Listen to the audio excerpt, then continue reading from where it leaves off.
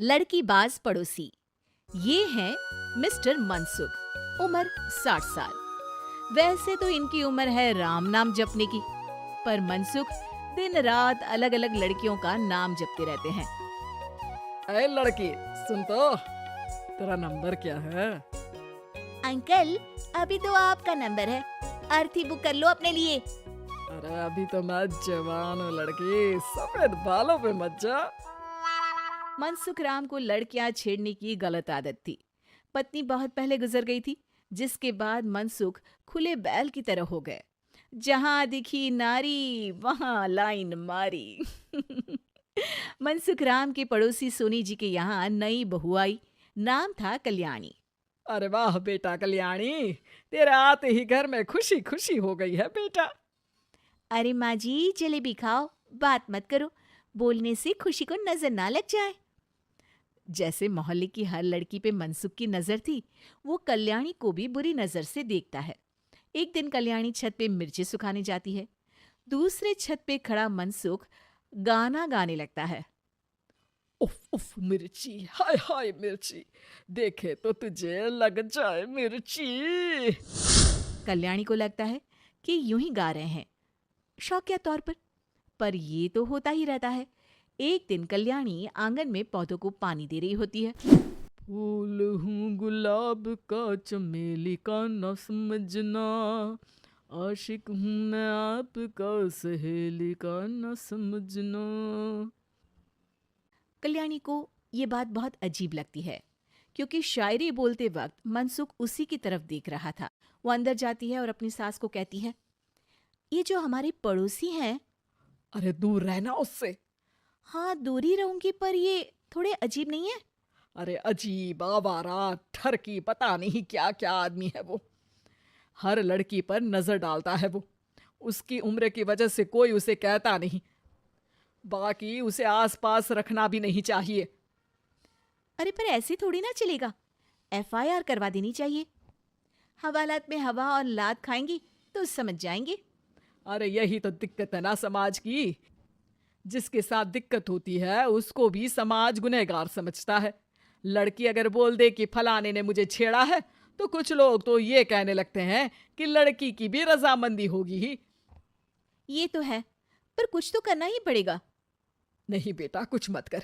जबरदस्ती हम किसी से लड़ेंगे नहीं। हमारा परिवार इज्जतदार परिवार है।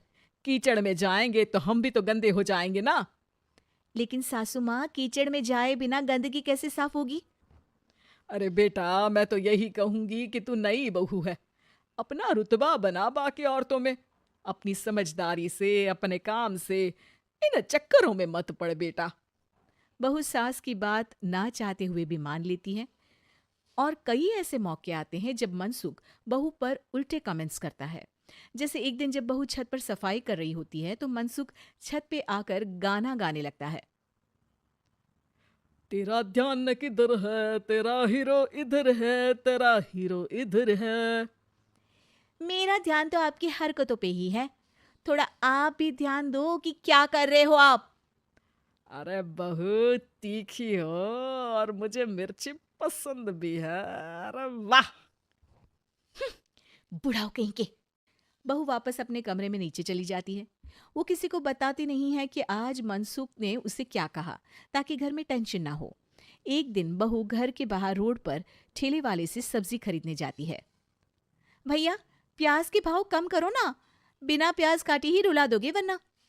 तभी बहू की नजर मनसुख पर पड़ती है, जो वहां से गुजर रही एक लड़की को देखकर कहता है, शीशी भरी गुलाब की पत्थर पे फोड़ दूं, तेरे लिए तो जाने मन जीना भी छोड़ दूं। लड़की सहम जाती है।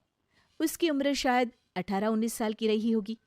बहू ने जब ये देखा कि मनसुख ने इतनी छोटी उम्र की लड़की को तंग किया है, तो वो घर में जाके अपने पति से कहती है, तुम्हारा पड़ोसी मनसुख। अरे बहुत नीच आदमी है। अरे कुछ करते क्यों नहीं उसका? अरे मैं क्या करूं? पड़ोस में गंदगी है, हटानी तो पड़ेगी ना। मेरा साथ दोगे? दूंगा, लेकिन करना क्या है? हम फंसेंगे तो नहीं ना? डरो मत, अच्छे काम करने से डरना नहीं चाहिए। उस दिन कल्याणी अच्छे से तैयार होती है और मनसुख के घर जाती है। अरे वाह, आज तो घर में चांद उतर आया है। आपकी शायरी, आपके गाने मुझे यहाँ खींच लाए। शाम को मेरे पति और सास घर पर नहीं रहेंगे। आप मेरे घर आ सकते हैं चाय पीने। अरे जरूर जरूर, मुझे पता था तुम समझदार हो, पर इतनी जल्द मुझे पसंद करने लगोगी ये नहीं सोचा था। चाय पे इंतजार रहेगा। मनसुख शाम को कल्याणी के घर चला जाता है। आप बेडरूम में बैठिए, वहां चाय पियेंगे। अरे वाह बेडरूम में चाय मनसुख हंसता हुआ बेडरूम में जाता है और वहां का नजारा देख के घबरा जाता है। वहां पर मोहल्ले की वो सारी लड़कियां खड़ी हैं जिनको आज तक मनसुख ने छेड़ा था। कल्याणी भी बेडरूम में जाके दरवाजा अंदर से बंद कर लेती है। अब बेडरूम से सिर्फ डम डम डिशुम डिशुम की आवाज आती है और बीच बीच में मनसुख की चीखें भी सुनाई देती हैं। अरे माफ कर दो बिटिया, अरे नहीं नहीं नहीं, अरे डंडे से नहीं, अरे लग जाएगी, बेडरूम का दरवाजा खुलता है और मनसुख की हालत एक लुटे फटे कौवे जैसी हो जाती है। किए की सजा तो मिलनी ही थी आपको, लेकिन आपकी और आपसे ज्यादा हमारी इज्जत का भी ख्याल रखना था। इसलिए इस बार शांति से धर धर के धरना किया हमने आपकी। अगर जरूरत पड़ी तो बाहर जुलूस भी निकाल सकते हैं। आप ऐसी गलती नहीं करूंगा, मुझे माफ कर दो। बहू मनसुख को बाहर छोड़ने जाती है। मनसुख अपने घर की तरफ बढ़ता है। वैसे आपको चाय कैसी लगी? मनसुख अपने दुखते गाल पे हाथ रख के कहता है। कड़क